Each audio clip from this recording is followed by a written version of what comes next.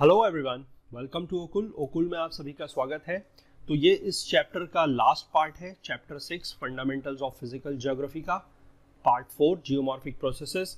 आगे बढ़ने से पहले अगर आपने हमारे चैनल को अभी तक सब्सक्राइब नहीं किया है तो प्लीज़ सब्सक्राइब कर लीजिए, बेल आइकन प्रेस कर लीजिए सो दैट आपको हमारे नए वीडियोस के नोटिफिकेशन टाइम टू टाइम मिल सके। हमने इस चैप्टर को 4 पार्ट में डिवाइड किया था। ये थोड़ा बड़ा चैप्टर था, इंपॉर्टेंट चैप्टर था। पहले हमने 3 पार्ट्स में ये पढ़ा कि जियोमॉर्फिक प्रोसेसेस क्या होती हैं एक्सोजेनिक प्रोसेस क्या होती है, एंडोजेनिक प्रोसेसेस। दूसरे पार्ट में हमने ये पढ़ा कि विदरिंग क्या है, कितने टाइप की विदरिंग होती है, फिजिकल विदरिंग है, मैकेनिकल विदरिंग है, बायोलॉजिकल विदरिंग है, वो सारी चीज़ें हमने पढ़ी। तीसरे पार्ट में हमने ये पढ़ा कि मास मूवमेंट क्या होते हैं, क्या उसके फैक्टर्स हैं जो मास मूवमेंट्स के लिए रिस्पॉन्सिबल होते हैं, क्या होता है इरोजन, क्या होता है डिपोजिशन, कौन कौन से फैक्टर्स हैं जो इरोजन और डिपोजिशन करते हैं, किस तरीके से मास मूवमेंट्स और इरोजन के में अंतर है। ये सारी चीज़ें हम अभी तक पढ़ चुके हैं। तो इस चैप्टर का एक लास्ट पार्ट बचा हुआ है, that is your soil formation. आइए उसको कंप्लीट कर लेते हैं इस चैप्टर को। चलिए देखते हैं। Soil is a dynamic medium in which many chemical, physical and biological activities go on constantly. Soil एक डायनामिक मीडियम है, याद रखेंगे। सॉइल एक डायनामिक मीडियम है। डायनामिक मतलब है जो चेंज हो रहा है, स्टैटिक नहीं है, चेंज हो रहा है, जिसमें केमिकल एक्शंस भी होते हैं, केमिकल एक्टिविटीज होती हैं, फिजिकल एक्टिविटीज होती हैं और बायोलॉजिकल एक्टिविटीज भी होती है। Soil is a result of decay, it is also the medium for growth. यानी कि सॉइल जो है वो डीके से बनती है और वो ग्रोथ का एक मीडियम है, यानी कि उसमें ग्रोथ भी होती है। It is a changing and developing body, ये चेंज करती रहती है, डेवलप करती रहती है, इसीलिए ये डायनामिक है। It has many characteristics that fluctuate with the seasons. इसके कुछ ऐसे कैरेक्टरिस्टिक्स हैं जो सीजन्स के साथ फ्लक्चुएट करते हैं, जो चेंज करते रहते हैं। It may be alternatively cold and warm और ड्राई एंड मॉइस्ट, यानी कि ये कभी ठंडी हो सकती है, कभी गर्म हो सकती है, कभी ये ड्राई हो सकती है यानी कि सूखी हो सकती है, या फिर कभी ये मॉइस्ट हो सकती है या गीली हो सकती है। Biological activity is slowed if the soil becomes too cold और ड्राई, यानी कि बायोलॉजिकल एक्टिविटीज अगर टेम्परेचर अगर बहुत ज़्यादा एक्सट्रीम है, यानी कि बहुत ज़्यादा आपकी सॉइल जो है वो ठंडी है या बहुत ज़्यादा गर्म है, तो आपकी बायोलॉजिकल एक्टिविटीज जो है वो स्लो हो सकती है। या फिर अगर आपके टेम्परेचर बहुत ज़्यादा एक्सट्रीम कंडीशन में जा चुके हैं तो जो आपकी बायोलॉजिकल एक्टिविटीज़ है वो स्टॉप भी हो सकती है। Organic matter increases when leave falls और ग्रासेस डाई। तो ऑर्गेनिक मैटर आपका कब बढ़ेगा? जब आपकी लीव्स फॉल करेंगी, यानी कि जब पत्तियां गिरेंगी और जो ग्रासेस हैं वो डाई करेंगी। आगे देखते हैं process of soil formation. Soil formation और पेडोजेनेसिस, नाम याद रखेंगे, यहाँ पर इंपॉर्टेंट टर्म दिया गया है एक, पेडोजेनेसिस। पेडोजेनेसिस का मतलब है soil formation.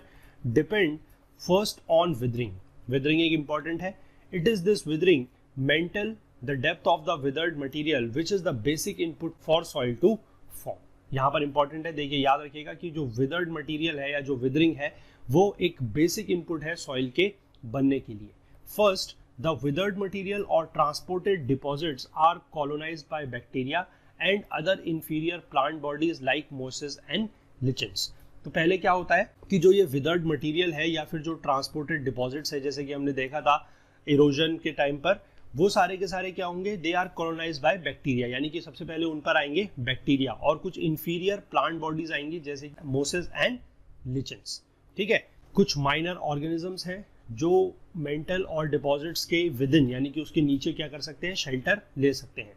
The dead remain of organisms and plants help in humus accumulation. Okay, जो डेड रिमेन्स हैं ऑर्गेनिजम्स के या प्लांट्स के, वो हेल्प करते हैं किसमें? ह्यूमस एक्यूमुलेशन के। ह्यूमस क्या होता है? ह्यूमस होता है organic component of soil formed by decomposition of leaves and other plant material by soil micro organisms. तो बेसिकली आप इसको कह सकते हैं ये एक ऑर्गेनिक कंपोनेंट होता है।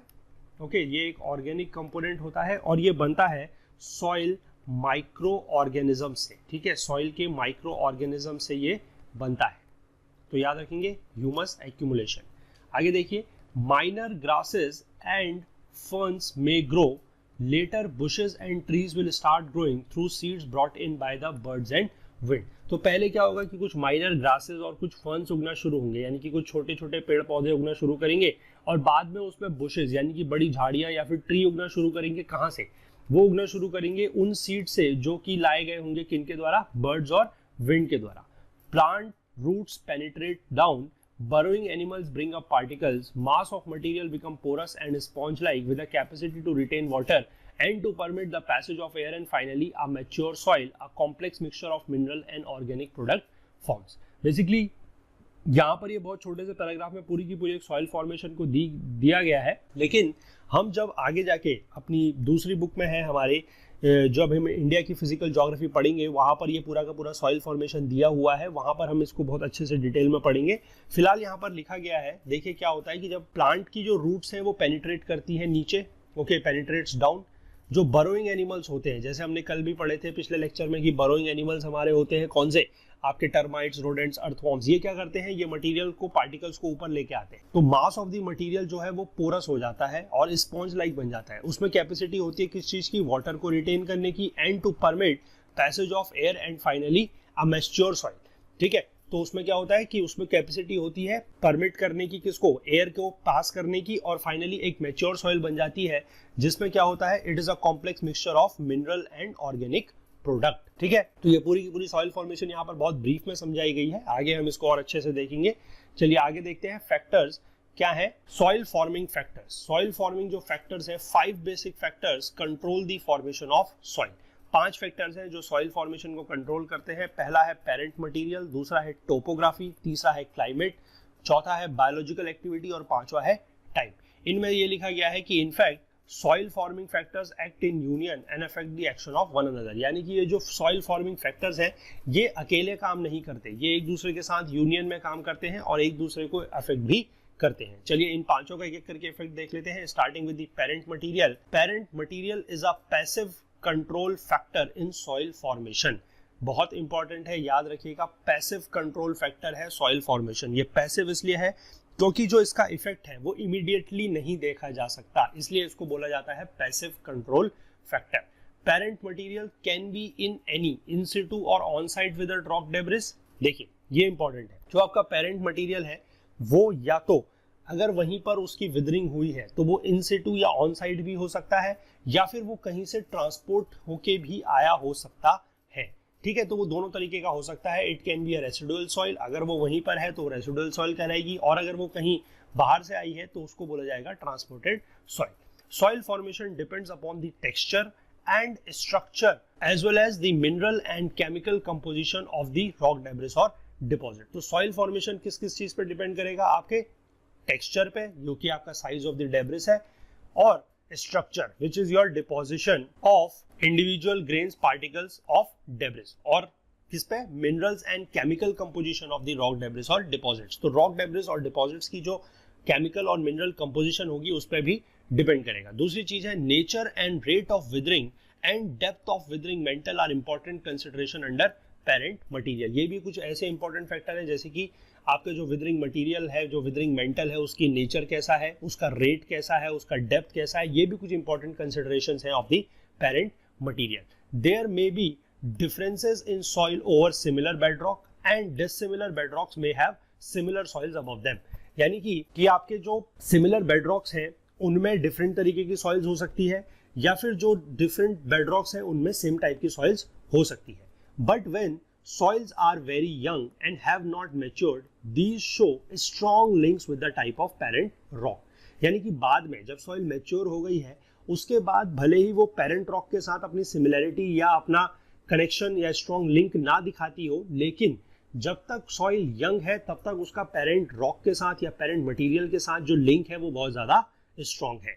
Also in case of limestone areas where the weathering processes are specific and peculiar, soils will show clear relation with the parent rock, यानी कि कुछ ऐसे एरियाज में जैसे कि लाइमस्टोन एरियाज है जहां पर आपकी विदरिंग बहुत ज्यादा स्पेसिफिक है, सॉइल जो है वो अपना क्लियर रिलेशन बताएगी पेरेंट रॉक के साथ। और आप हमेशा ये चीज पता लगा सकते हैं उन एरियाज में कि जो अगर ये सॉइल देख के कि अगर सॉइल इस प्रकार की है तो पेरेंट रॉक क्या रहा होगा, ठीक है। ये है about the effect of parent rock और parent material on the soil formation. आगे देखते हैं टोपोग्राफी के बारे में।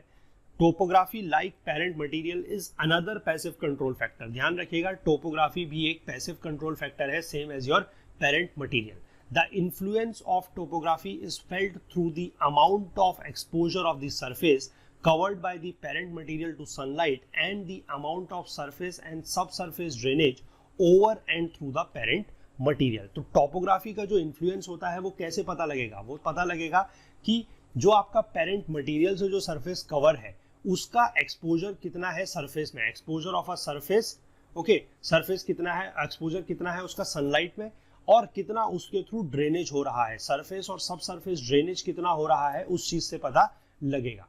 ठीक है, आगे लिखा है देखिए, soils will be thin on steep slopes and thick over flat upland areas. ये ऑब्वियस सी बात है, मैंने आपको जैसे बताया था कि सॉइल्स जो है वो आपकी अगर जैसे इस तरीके का कोई स्लोप है तो यहाँ पर क्या होगा कि यहाँ पर आपका जो वेलोसिटी होती है, जो काइनेटिक एनर्जी होती है इरोजनल मटेरियल्स की, वो ज्यादा होगी इरोजनल एजेंट्स की, तो यहाँ पर सॉइल्स क्या होगी, थिन होगी। लेकिन जैसे जैसे आप नीचे आएंगे इन एरियाज में, यहाँ पर क्या है कि काइनेटिक एनर्जी कम हो जाएगी, मटेरियल जो आपके जियोमॉर्फिक एजेंट्स है वो डिपोजिशन करेंगे, और इसलिए यहाँ पर क्या होगा, आपकी जो सॉइल्स है वो थिक हो जाएगी।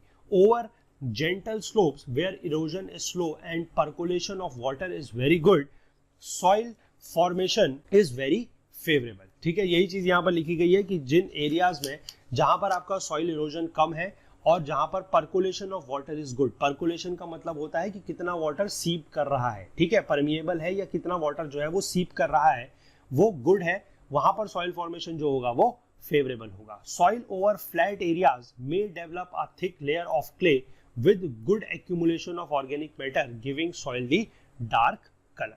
ठीक है, तो देखिए यहां से बेसिकली आपका एक बेस बन रहा है, आप चीजें समझ रहे हैं कि जो हिली एरियाज होंगे वहां पर सॉइल में क्या होगा कि ऑर्गेनिक मैटर कम होगा, लेकिन जहां पर सॉइल जो फ्लैट एरियाज में सॉइल है वहां पर उसमें ऑर्गेनिक मैटर ज्यादा होगा और सॉइल का जो कलर है वो डार्क होगा। ठीक है, इन चीजों को, इन कंसेप्ट को आप धीमे धीमे याद करते चलिए, ये आगे जाके आपके बहुत काम आने वाले हैं। आइए अगला फैक्टर देखते हैं। अगला फैक्टर है climate. Climate is an important active factor. याद रखिएगा, क्लाइमेट एक इंपॉर्टेंट एक्टिव फैक्टर है। The climatic elements involved in the soil development are. अब क्लाइमेट के कौन कौन से एलिमेंट है जो सॉइल डेवलपमेंट में या सॉइल फॉर्मेशन में हेल्पफुल है या उसमें इन्वॉल्व है, वो है moisture in terms of its intensity, frequency and duration of precipitation, evaporation and humidity. तो मॉइस्चर इन टर्म्स में हो सकता है कि मॉइस्चर की इंटेंसिटी क्या है, उसकी फ्रीक्वेंसी क्या है, उसका ड्यूरेशन ऑफ प्रेसिपिटेशन क्या है, इवेपोरेशन का ड्यूरेशन क्या है और ह्यूमिडिटी कितनी है। तो ये सारे के सारे फैक्टर किसके हैं, क्लाइमेट के। दूसरा है temperature. Temperature in terms of seasonal and diurnal variation, यानी कि टेम्परेचर का जो वेरिएशन है वो सीजन टू सीजन कैसा है, डायरनल वेरिएशंस कैसा है। डायरनल वेरिएशंस का मतलब होता है कि दिन रात का कैसा वेरिएशन है, या फिर आप इसको कह सकते हैं कि डेली वेरिएशन कैसा है, कि आपका दिन में कितनी गर्मी पड़ती है, रात में कितनी सर्दी पड़ती है और कितना दोनों के बीच में टेम्परेचर का चेंज है, वो सारा का सारा आपको बताता है डायरनल वेरिएशंस। नेक्स्ट देखते हैं, precipitation gives soil it's moisture content which makes the chemical and biological activities possible. Precipitation जो है सॉइल को मॉइस्चर कंटेंट देता है जो उसकी बायोलॉजिकल और केमिकल एक्टिविटीज को पॉसिबल बनाता है। Excess of water helps in the downward transportation of soil components through the soil. ठीक है, अगर ज्यादा पानी होगा तो जो उसके सॉइल कंपोनेंट्स हैं उनकी डाउनवर्ड ट्रांसपोर्टेशन क्या होगी, आसान होगी, और उस प्रोसेस को क्या बोला जाता है, एल्यूविएशन। ठीक है, और नीचे जाके क्या होगा फिर, deposits the same down below.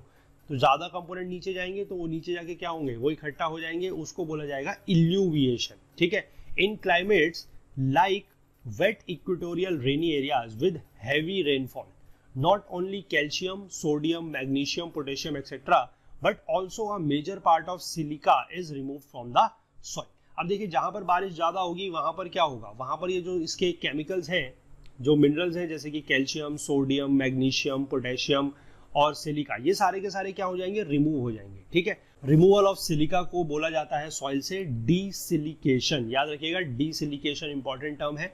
In dry climates because of high temperature evaporation exceeds precipitation and hence groundwater is brought up to the surface by capillary action and in the process the water evaporates leaving behind salt in the soil। अब जहां पर देखिए dry climate होगा वहां पर क्या होगा, temperature ज्यादा होगा, टेम्परेचर ज्यादा होगा तो इवेपोरेशन ज्यादा होगा, और इवेपोरेशन ज्यादा होगा तो क्या होगा, जो ग्राउंड वाटर है वो सरफेस पर आएगा कैपिलरी एक्शन से, और वो पानी क्या है, वो पानी जो है वो इवेपोरेट कर जाएगा, और इवेपोरेट करेगा तो सॉइल में क्या बच जाएंगे, सॉइल में बच जाएंगे आपके पास salts. Such salts form into the crust in the soil known as hard pans। अब ये जो सॉइल्स आपके इकट्ठा हो रहे हैं ये आपकी क्रस्ट इन द सॉइल बनाएंगे क्या, हार्ड पेन्स बोला जाता है उनको। ठीक है, in tropical climates and in areas with intermediate precipitation conditions calcium carbonate nodules बनते हैं जिनको बोला जाता है कंकर। आगे जाके हम जब फिजिकल ज्योग्राफी इंडिया की पढ़ेंगे वहां पर हम कुछ सॉइल्स पढ़ेंगे कि किस रीजन में किस तरीके की सॉइल्स होती है, वहां पर ये नाम आएगा कंकर, एक नाम और आएगा भांगर। ध्यान रखिएगा इनको, बहुत इंपॉर्टेंट है। ट्रॉपिकल एरियाज में या ट्रॉपिकल क्लाइमेट्स में या फिर जहां पर इंटरमीडिएट प्रेसिपिटेशन होता है वहां पर कैल्शियम कार्बोनेट के नोड्यूल्स बनते हैं जिनको बोला जाता है कंकर। ठीक है, आगे देखते हैं। Temperature acts in two ways. Temperature दो तरीके से काम करता है, इंक्रीजिंग और reducing chemical and biological activity. Temperature जो है वो केमिकल एक्टिविटी और बायोलॉजिकल एक्टिविटी को बढ़ा भी सकता है या फिर कम भी कर सकता है। Chemical activity is increased in higher temperature. अगर टेम्परेचर ज्यादा होगा तो वहां पर केमिकल एक्टिविटी क्या होगी, बढ़ जाएगी, और कूलर टेम्परेचर में क्या होगी, वो कम हो जाएगी, सिर्फ कार्बोनेशन के अलावा। और अगर फ्रीजिंग कंडीशन है यानी कि बहुत ज्यादा कोल्ड कंडीशन है तो वहां पर क्या होंगी, एक्टिविटीज बिल्कुल स्टॉप हो जाएंगी। That is why tropical soils with high temperature show deeper profiles and in the frozen tundra regions soil contains largely mechanical broken materials. ठीक है, यानी कि आपकी जो ट्रॉपिकल सॉइल्स है यहाँ पर टेम्परेचर ज्यादा है, वहां पर क्या होगा, सॉइल की प्रोफाइल ज्यादा डीप होगी, यानी कि वहां पर जो सॉइल है वो ज्यादा डेवलप्ड होगी। और टुंड्रा रीजन्स में क्या होगा कि सॉइल में क्या होंगे, ज्यादातर मैकेनिकली ब्रोकन मटेरियल्स। क्यों होंगे, क्योंकि केमिकल एक्टिविटी आपकी टेम्परेचर बढ़ने के साथ साथ बढ़ती है और टेम्परेचर कम होने के साथ साथ कम होती है। और बेसिकली फ्रीजिंग कंडीशन में यानी कि जहां पर टेम्परेचर बहुत ही कम है वहां पर ये केमिकल एक्टिविटीज जो है वो बिल्कुल स्टॉप हो जाती है। आगे देखते हैं biological activity. The vegetative covers and organisms that occupy the parent material from the beginning and also at later stages help in adding organic matter, moisture retention, nitrogen, etc. यानी कि जो आपके organisms है यानी कि जो biological beings है, चाहे आप vegetative cover की बात करें चाहे organisms की बात करें, वो क्या ऐड करते हैं, देखिए वो ऐड करते हैं organic matter और वो मॉइस्चर रिटेंशन में हेल्प करते हैं और नाइट्रोजन में हेल्प करते हैं, यानी कि वो नाइट्रोजन लेके आते हैं। अभी देखते हैं हम आगे कैसे लेके आते हैं। Dead plants provide humus. Humus क्या होता है वो मैं आपको बता चुका हूं। Humus is an organic component of soil formed by the decomposition of leaves and other plant material by soil micro organisms. ठीक है, तो डेड प्लांट जो है वो ह्यूमस प्रोवाइड करते हैं। Finely divided organic matter of the soil, ये finely divided organic matter of the soil होता है।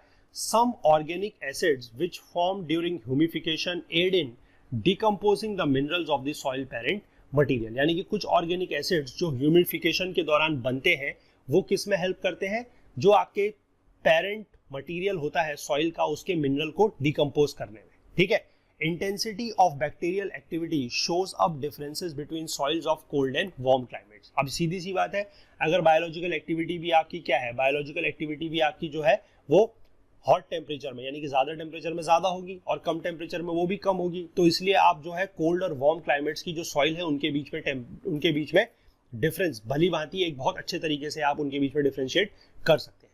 Humus accumulates in cold climates as bacterial growth is slow. अब ठंडे इलाकों में क्या होगा कि बैक्टीरियल ग्रोथ कम है तो ह्यूमस एक्यूमुलेशन होगा। With undecomposed organic matter because of low bacterial activity layers of peat developed in sub arctic and tundra climate. तो यहाँ पर क्या है कि ह्यूमस एक्यूमुलेट हो रहा है और इसलिए वहां पर क्या बन जाएगी, लेयर्स ऑफ पीट। कहां पर, सब आर्कटिक और टुंड्रा क्लाइमेट में यानी कि ठंडे इलाकों में।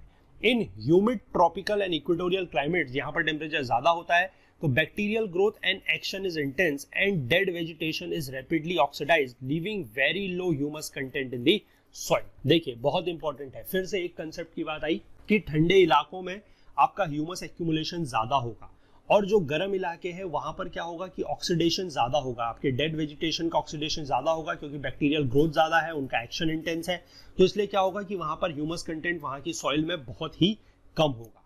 Further bacteria and other soil organisms take gaseous nitrogen from the air and convert it into a chemical form that can be used by plants. ये आपने बचपन में भी पढ़ा होगा, ये साइंस की एक प्रोसेस हम बचपन में जानते थे, इस प्रोसेस को बोला जाता है नाइट्रोजन फिक्सेशन। और एक बैक्टीरिया है जिसका नाम है rhizobium. A type of bacteria lives in the root nodules of leguminous plants. Leguminous plants होते हैं आपके फली वाले जो प्लांट्स होते हैं, जैसे आपकी दालें होती हैं कुछ, ठीक है, जैसे आपके मटर होता है, वो सारी की सारी क्या होती है, लेग्यूमिनस प्लांट्स। तो उनमें एक बैक्टीरिया होता है जो उनकी रूट्स में रहता है जिसका नाम होता है राइजोबियम, और वो मदद करता है किसमें, नाइट्रोजन फिक्सेशन की प्रोसेस में, and fixes nitrogen beneficial to the host plant. ठीक है, आगे देखिए। The influence of large animals like ants, termites, earthworms, rodents, etc. is mechanical. ये हम पहले भी पढ़ चुके हैं पिछले लेक्चर में। but it is nevertheless important in soil formation as they rework the soil up and down. मैंने आपको कल भी बताया था कि ये जो चीजें हैं, ये जो आपके एनिमल्स यहाँ पर लिखे गए हैं, ये क्या करते हैं कि ये अपने बरोस बना के रहते हैं डीप डाउन दी सॉइल. जैसे आपका ये अगर आपकी सॉइल है, ओके, यहाँ पर आपका सॉइल है, आपकी लेयर है, तो यहाँ पर ये अंदर यहाँ पर रहते हैं. तो यहाँ का ये एरिया क्या करते हैं, यहाँ का ये एरिया खोखला कर देते हैं, खाली कर देते हैं, यहाँ से ये सॉइल को ऊपर ले जाते हैं, ठीक है, और यहाँ पर इस तरीके से इस चीजों को इकट्ठा कर देते हैं. तो इससे क्या हो रहा है कि ये एक इसको सॉइल को एक्सपोजर दे रहे हैं सरफेस पे लाके, ठीक है. In case of earthworms as they feed on soil, अब अर्थवॉर्म क्या करते हैं, वो सॉइल में फीड करते हैं, यानी कि वो मिट्टी को खाते हैं. The texture and chemistry of the soil that comes out of their body changes. तो अर्थवॉर्म जो मिट्टी खाते हैं, उसके बाद जो वो मिट्टी उनसे बाहर निकलती है, जो उनकी बॉडी से बाहर आती है, वो उसका टेक्सचर और केमिस्ट्री जो होती है वो अलग होती है, ठीक है. ये हमने पढ़ लिया 4 फैक्टर. एक लास्ट फैक्टर बचा है, इसको भी पढ़ लेते हैं. देखिए, time is the third important controlling factor in the soil formation. ये थर्ड इंपॉर्टेंट इसलिए लिखा गया है क्योंकि ये थर्ड इंपॉर्टेंट आपका क्या है, active factor. The length of time the soil forming processes operate determines maturation of soils and profile development. यानी कि जितना टाइम सॉइल फॉर्मिंग प्रोसेस में लगेगा, उतनी देर में क्या होगा कि सॉइल ज्यादा मैच्योर होगी, उसकी जो प्रोफाइल है वो ज्यादा डेवलप होगी. अ soil becomes mature when all soil forming processes act for a sufficiently long time developing a profile. यानी कि सॉइल आपकी मैच्योर तब होती है जब सारी की सारी सॉइल फॉर्मिंग प्रोसेसेस जो है वो सफिशिएंटली लंबे टाइम तक चलती हैं और उसकी प्रोफाइल डेवलप होती है. Soils developing from recently deposit alluvium और glacial till are considered young and they exhibit no horizons और ओनली पुअरली डेवलप्ड होराइजन्स. तो यानी कि मैंने आपको बताया जितना ज्यादा टाइम होगा उतनी ज्यादा सॉइल क्या होगी, मैच्योर होगी.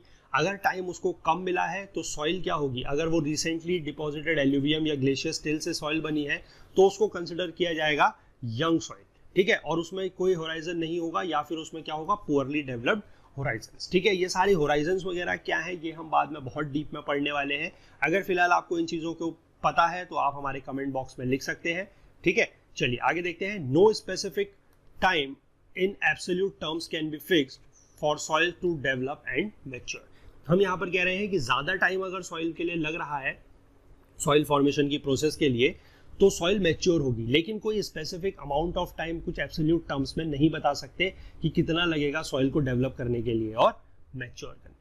तो देखिए यहाँ पर हमने कंप्लीट कर लिया है अपना चैप्टर नंबर 6 जियोमॉर्फिक प्रोसेसेस का. बहुत इंपॉर्टेंट चैप्टर था, काफी सारे कंसेप्ट्स हमने इसमें पढ़े. अगर आपको हमारे कंटेंट से लेकर कोई कमेंट्स है, कोई फीडबैक है, कोई आपके सुझाव है तो आप हमें कमेंट सेक्शन में लिख सकते हैं. अगर आप हमसे बात करना चाहते हैं तो आप हमसे बात कर सकते हैं हमारे फेसबुक पेज के थ्रू, हमारे ट्विटर पेज के थ्रू, या आप हमसे जुड़ सकते हैं हमारे टेलीग्राम चैनल के थ्रू. अगर आपने अभी तक हमारा चैनल सब्सक्राइब नहीं किया है तो प्लीज चैनल को सब्सक्राइब कर लीजिए और बेल आइकन को प्रेस कर लीजिए सो दैट आपको हमारे नए वीडियोस की नोटिफिकेशन टाइम टू टाइम मिल सके. इन वीडियोस को शेयर करते रहिए. बहुत जल्द हम आपके साथ आएंगे अगले चैप्टर के साथ. टिल देन पढ़ते रहिए. Enjoy learning with Okul. Thank you and have a nice day.